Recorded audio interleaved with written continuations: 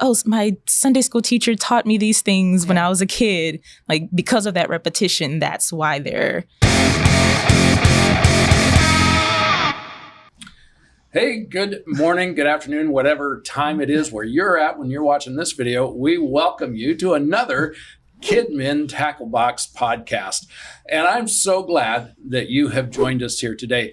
Now, the Kidmin Tackle Box Podcast is here to support children's pastors, children's directors, people who are in ministry to kids. And I want to thank you for everything that you're doing for kids. It's so important. And today, we're going to be talking about littles. We're about pastoring and ministering to littles. And I have a great team right now, right here. And so I'm going to start off with Natalie. Natalie, would you introduce yourself? Yeah, I'm Natalie Rodriguez, and I'm the nursery pastor here at New Life Church. And I've been doing it for about 1.5 years. Been mostly worked with kids prior to that, kids pastor. So littles are kind of new to me, but it's been fun to learn and grow along the way. So, okay. Yeah. And then we have... Hi, I am Deja Edwards. I am the preschool director at New Life Church. I've been working in kids ministry for about 5.5 months now for the first time. I've worked with preschoolers for a few years before that, but never in a church setting. So I'm excited to be in the new role. All right. And to your right is...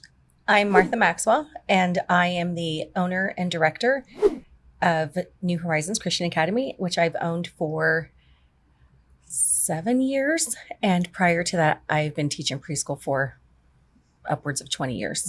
Wow. So I love it. It's my jam. Pre-K is my favorite. So that's the 4 and 5 year olds. But we teach from 3 to 6. Now, see, my big experience is 3rd, 4th, and 5th graders. That's my sweet spot. So I'm kind of out of my depth now talking about littles, and that's why you're here. So, so there is the feeling that below kindergarten or kindergarten below, it's really just babysitting. But I don't think you guys agree with it. No, not at all. No, I wouldn't be in this job if it was just a babysitting role. Right. So what do you do to make it more than just babysitting? Well, for me personally in the nursery, I try to work with the volunteers to have this idea that they're not only they're ministering to the kids and they're ministering to the families. So it's not just about watching the babies and keeping the babies safe and everything. It's about, hosting the families really well and stuff like that. But for your littles that necessarily can't teach yet, I mean, you can always be teaching them, but we focus on the volunteers, praying for them and just kind of taking that time to, just pray over the families and stuff by praying for the kids. So whether it's snack time or anything like that, that's how we start to incorporate ministry in. And then when I took the nursery role for the 2s, I actually just kind of watched it for a while and was like, and kind of asked Pastor Patty, can you even teach 2s yet? Because I haven't experienced that yet. And working with elementary age. And she's like, yeah, you can. I'm like, okay. So we just keep it really simple. Jesus is my best friend. The curriculum kind of is just starting to tell this Bible stories and starting to get them to learn and stuff. But we keep videos really short because their attention span, we kind of do worship really short, and we just have lots of rotation, but mostly play. I mean, 2s want to play. So we play at the beginning, we play at the end. And then, we just teach them about Jesus, that Jesus loves them, and start to get routine in. And if we follow the routine, the kids pick up and they do great. But if we don't follow the routine, they don't do too well. So it's been fun to learn and teach and grow and get awesome volunteers that are great with the 2s too also. So. Yeah, it's very similar with what I do with the preschoolers. Their attention spans are very, very short. So we also keep our rotations pretty small and short. But I think my main focus with them right now is just to get them remembering the scriptures. I've noticed the last few weeks they've been really memorizing the monthly memory verse, and they've even started to teach other kids the memory verse. And so like my goal is to get them so like excited about the scripture that they can end up teaching. So it's not really, it kind of ends up being a babysitting thing because they're ending up leading their peers. And so I think that's really important. So it's not necessarily babysitting, but I think their main goal is for them to leave on Sunday mornings having fun, but learning about Jesus while doing it. So, yeah. I completely understand where that question comes in. During Sunday service, we only have the children here for a very brief amount of time. And I only did Sunday service for just a few months. When we do preschool, that's 3.5 hours with children. And we really engage the children and facilitate a space where they're learning with their whole bodies from the moment they come in. They are picking up their name tag and checking in. They are strengthening their oral language skills like they do in your groups as well. We're teaching them gross motor, fine motor. The cognitive development that happens in preschool is enormous. And there's such a push for preschool right now because studies show that the children's brain development between preschool and 3rd grade is astronomical. The brain development that happens in the young age that you guys start at 2s, that's the prime time to be learning different languages, memorization, recognition, and my most favorite thing is just the repetition. And one of the greatest things about the preschool here on Sundays is that the church does such a great job of having it open to so many cultures, and the volunteers that work here, different cultures also, which I love. So I spoke Spanish when I was here. There were children that spoke Russian, and luckily I learned a little bit of that, and it was a beautiful thing.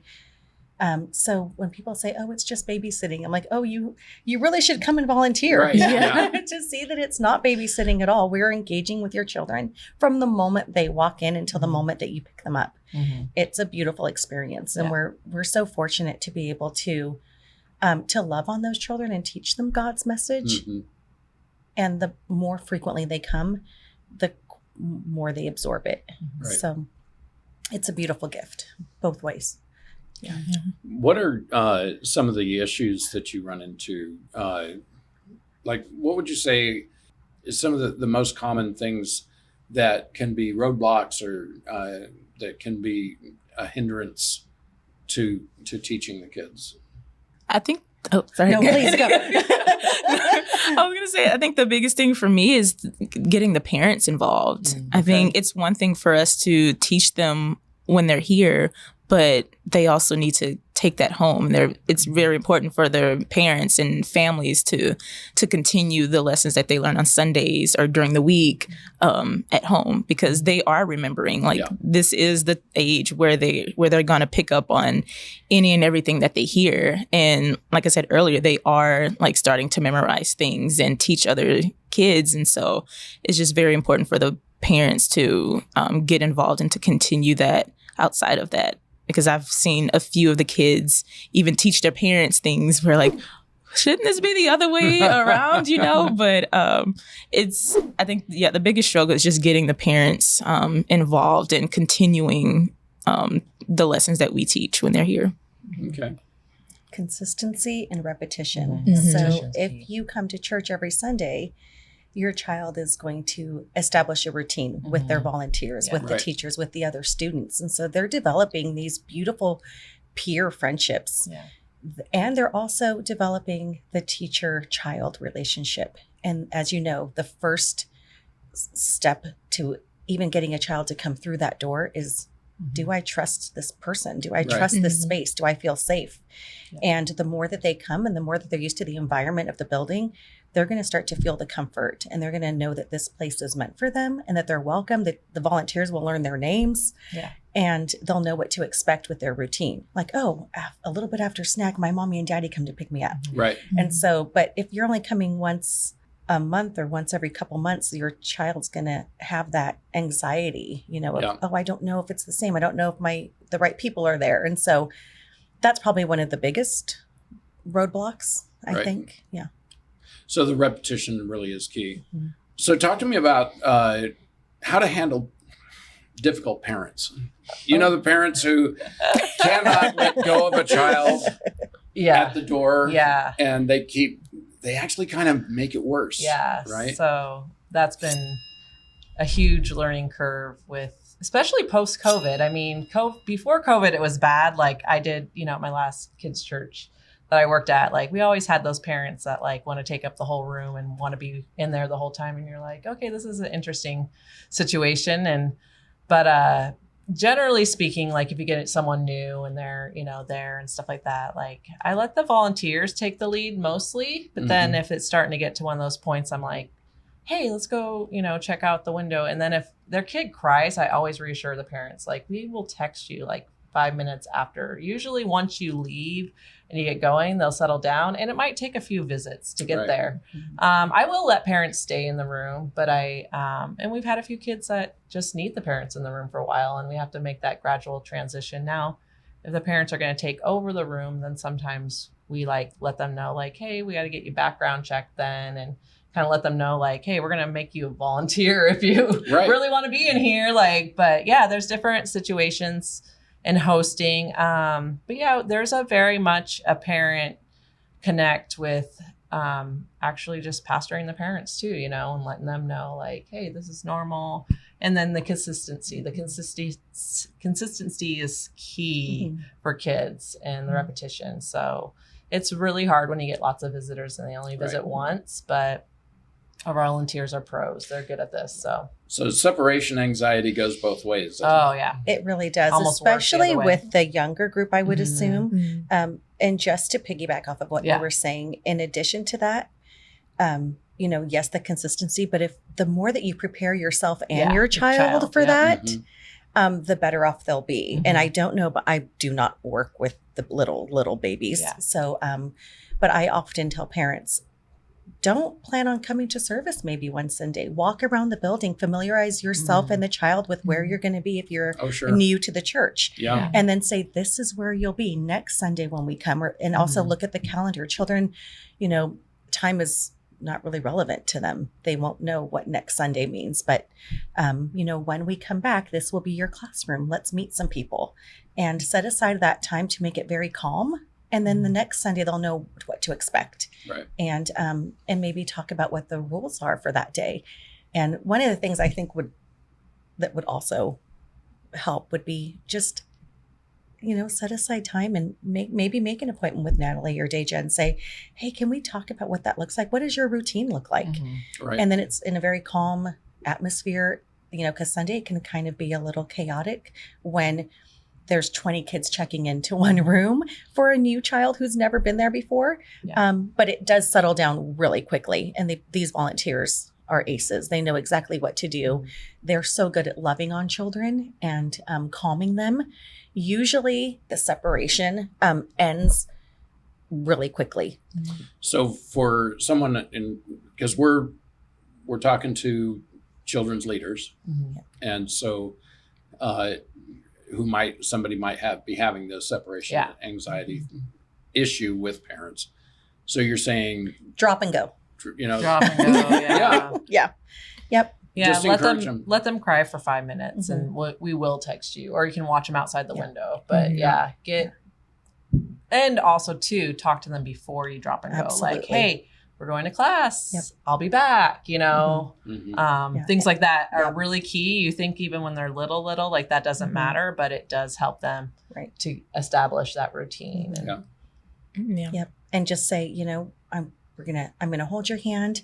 I'm going to kiss your hand. I'm going to give you 3 hugs, and then I'm going to go. I'll be in service, and the child will know where the service is, and I'll be back after snack. It's, if you give them a time frame, like I'll be back later, they have no idea what later is. It'll add to their anxiety. But if you say, I'll be back after bubbles in the 3's room, or I'll be back after clubhouse or after snack, that gives them a frame of reference. Say, I know when that is. Mommy will be back very soon. So that helps with their separation anxiety as well. But the more you hug and hold at the door, the harder you're making it for your child. Yeah. And they feel that anxiety. They're feeding right off of it. Yeah. Deja, you're our basically newest children's pastor or children's minister right here in the midst. So I'd kind of like you to play the role of the newbie. Okay. Okay.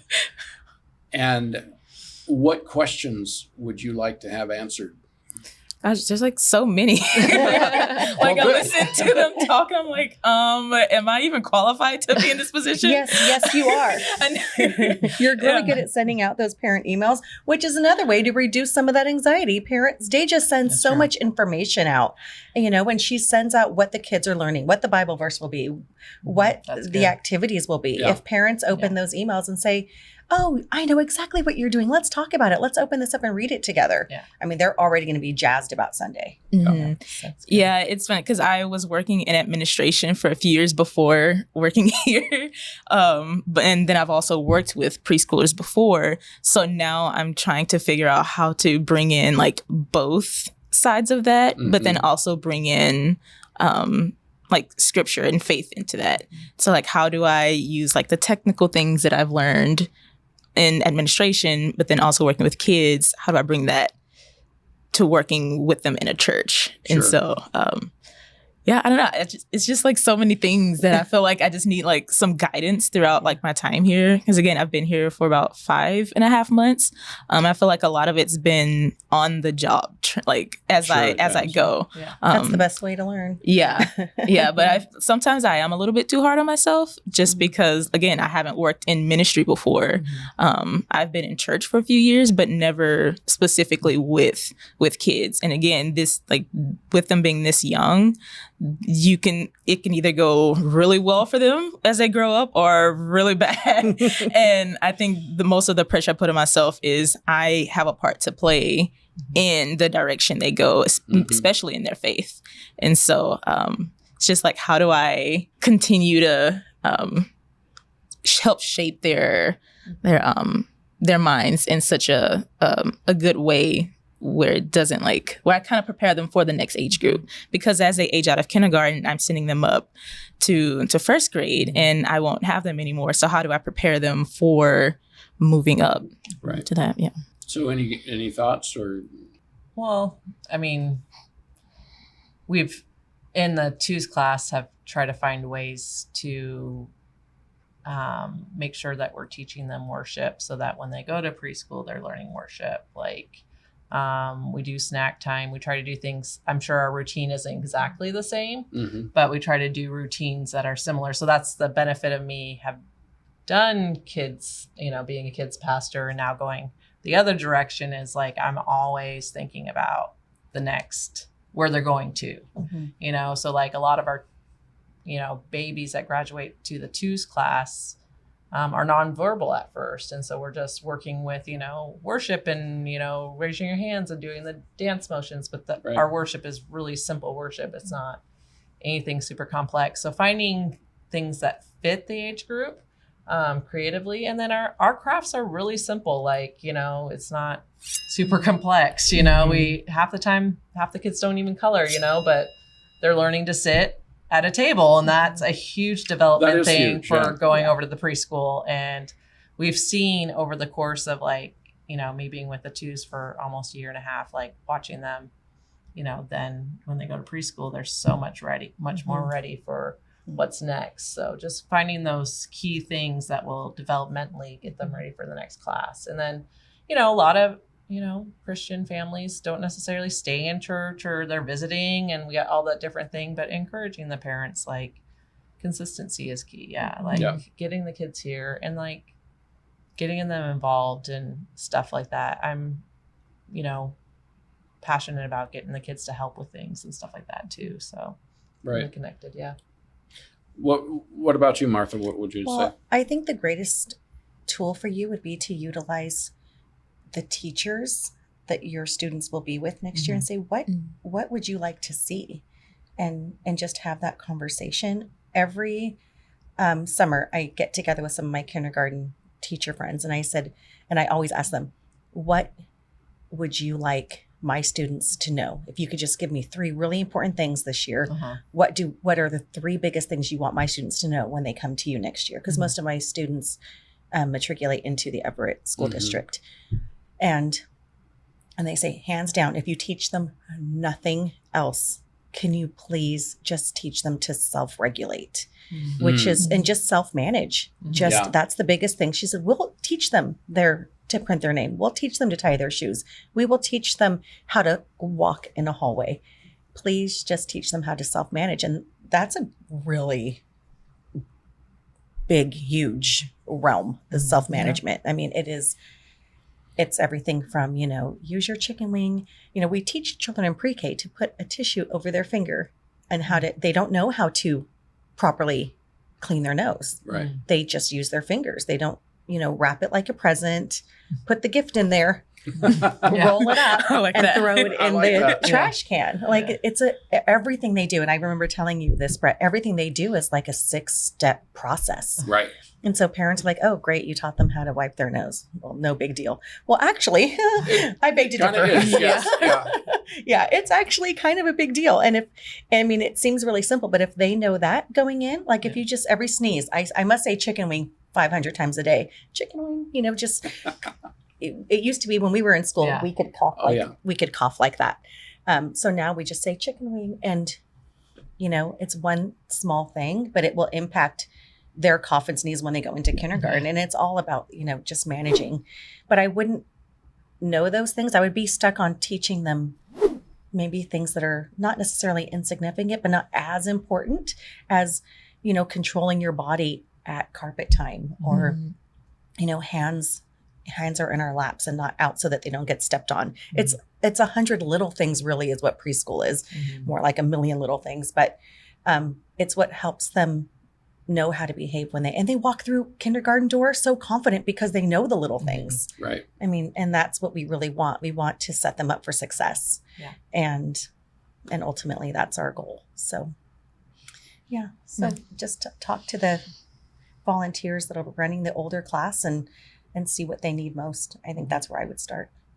Yeah. Okay.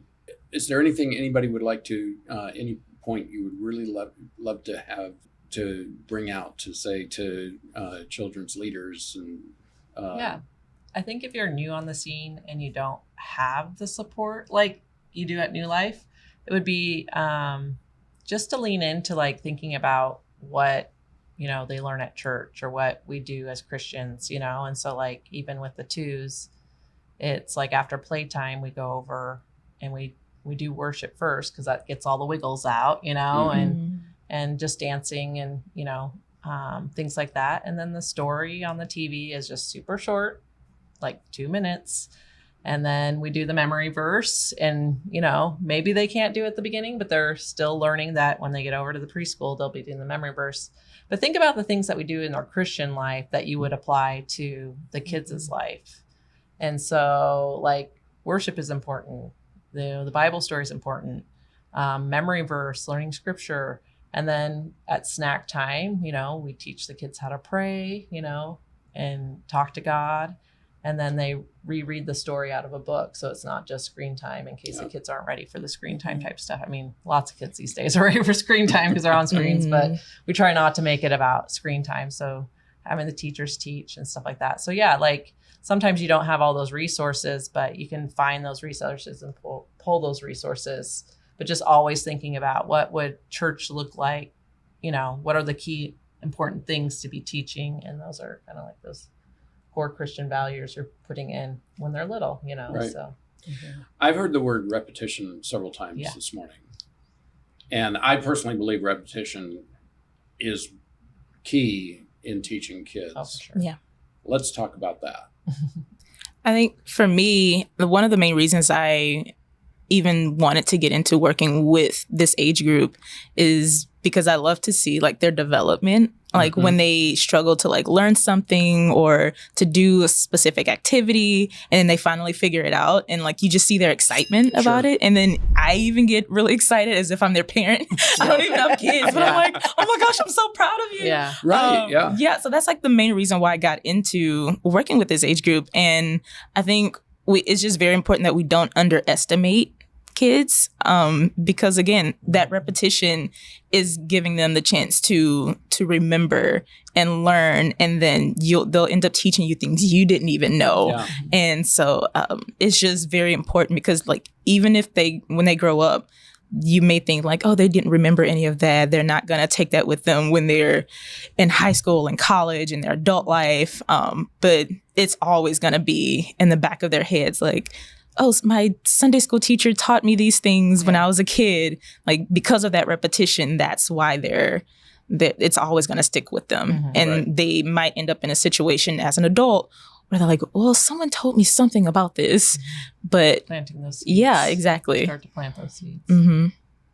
I feel like repetition can be anchors for them throughout the day, right? Or throughout the... Yeah, kids need to know what to expect. I mean, especially when they're in an environment they don't know. So, and it keeps them kind of on track. Like, twos are they just want to play. They want to be all over the place, but if they kind of know, oh, it's rug time. Oh, now it's snack time. Oh, now we get to go back to play. Like, you don't have to use verbal commands as much. It's like you get to, go, it's time to go, and they're excited, or, things like that. You use music to clean up. You don't, just, it's time to clean up, everyone. Like, use songs and things like that. So to get kids to clean, and just getting creative. So to explain, this morning I was filming for a commercial for you. And you set a timer, and like, in 4 minutes, we're going to do something. Yes. And I got in my head that they had 4 minutes to do it. Your other teacher said, no, they're going to start at 4 minutes. Right. And when that bell went off, they jumped on to cleaning everything up. They knew what to do. They knew what to expect. And like Natalie said, when you know what to expect, all of your apprehension or anxiety disappears. Right. It's like, even as adults, you're going to a new environment, a new party, you don't know anybody.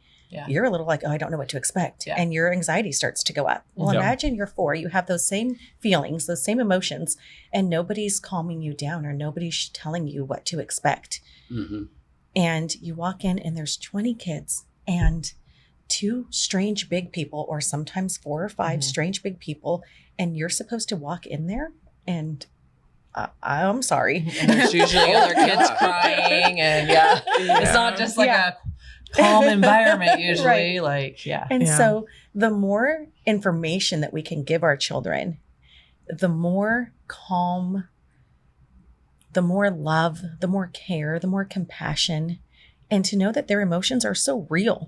Just because it doesn't look proper, or sometimes their screaming is embarrassing, that emotion is so real and so palpable. And and we have to remember, emotions are very big and they have very small bodies. And it's like, what do I do with this? This and feeling? It's because they don't have the words to express. I mean, they sometimes, when a child is struggling to finish a sentence and adults jump in and finish it for them. And I get so frustrated because it was on the tip of their tongue. And if we just stop a moment and let them get there. And I think a lot of that is, we need to meet the child where they are. And one of the things I love about Sunday school here is that they teach the child with the whole body. Those videos, like you hear the teacher saying, oh, the videos of carpet time.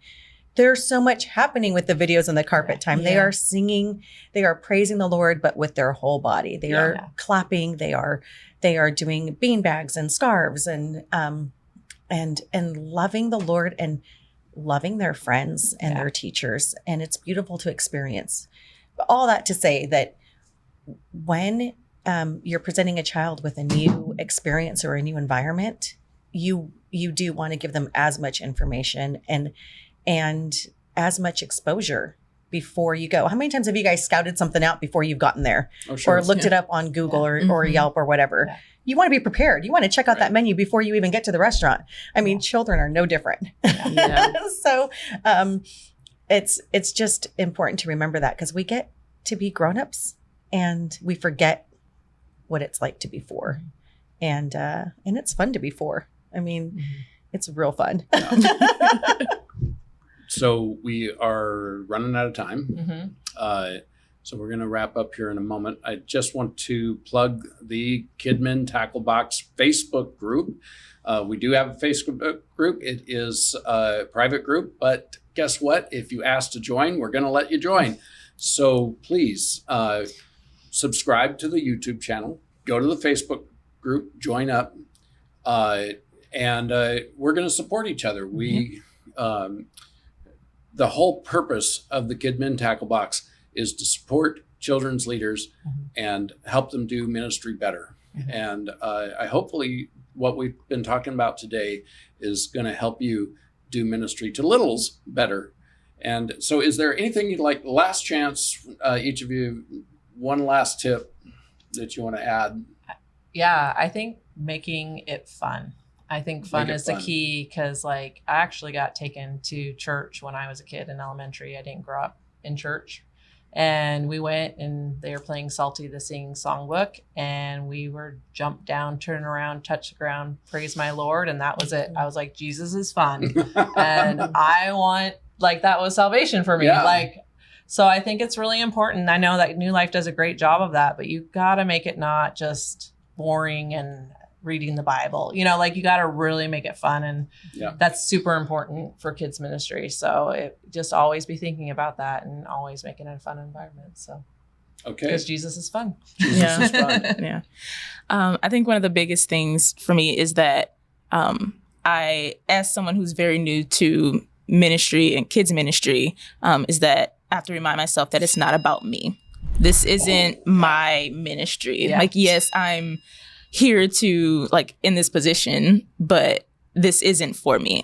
We're literally a part of raising up the next generation. Yeah. And like I said earlier, we play a huge part in who they're going to become when they're older, whether it's faith related or not. Like, we are part of their lives. And so I think just remember that our ministries, like whichever ministries you're leading, it's not about you. It's not about me. It's about the kids and just creating disciples through them. Yep. Yeah. Martha? I think one of the greatest things that you could do for a child is to really listen. Ask them questions. Let them ask you questions. So that way, when you see them the following Sunday, you can say, hey, how'd your baseball game go? Mm-hmm. Hey, how was T-ball? Yeah. I know that you had a ballet recital. Want to tell me about it? Get engaged. Yep. I mean, that's how we build those parent-child, adult-child relationships. It's every relationship. It's two ways, right? So let the kids know you're invested. Yep. And I think that's a big deal. Yeah. For me, I think it would be that our job is to express God's love to the kids by loving them, and that they know God loves them because we love them. Yeah. And that's what we're all about. Yeah. Right. So that's it for today. Thank you for joining us. Please like, share, subscribe, comment. Tell us your thoughts below in the comments of your tips and things that you do to minister to littles. And in the meantime, God bless you all. Come back here in 2 weeks for the next one. Thank you very much. Thank you. Bye. Bye-bye.